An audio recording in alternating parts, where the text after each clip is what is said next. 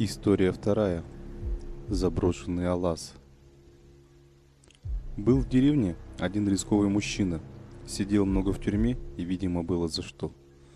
В каком улусе точно не скажу. Кажется, в Усть-Алданском.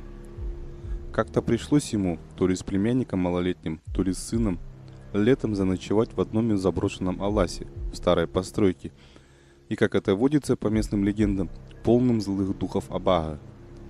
Сидит мужчина, ничего не боится и ест мясо. Тут как раз перед столом внизу подвал.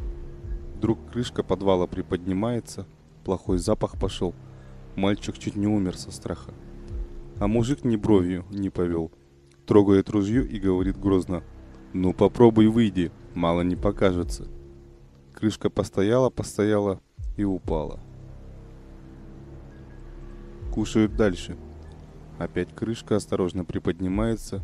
Мужик берет на изготовку ружье, которое лежало на столе, и говорит: «Тагыз», говорит, «выходи». Крышка закрылась тихонько. Потом все было нормально. Переночевали спокойно, уехали. Потом этот мужик не раз туда заходил, ночевал, говорит: нормально, все боятся, никто не беспокоит. Но как-то раз пришел туда с сыном. Они, как обычно, спать легли, сына у стенки уложил, сам с краю, как всегда, с ружьем. Хоть и конфисковывали у него, в советское время строго было, но у него всегда было. Может, и не зря за бандитизм сажали. Лежат они, спят, вдруг ночью дверь балагана открывается, кто-то входит.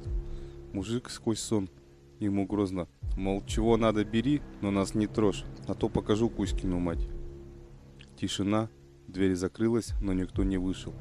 Мужик спокойно перевернулся к стене к сыну. Тут звук хлыста, и по спине его обожгло. Мужик вскочил, ружьем водит, но никого нет. Потом до самой смерти болями в спине и в пояснице маялся. Говорят, радикулит.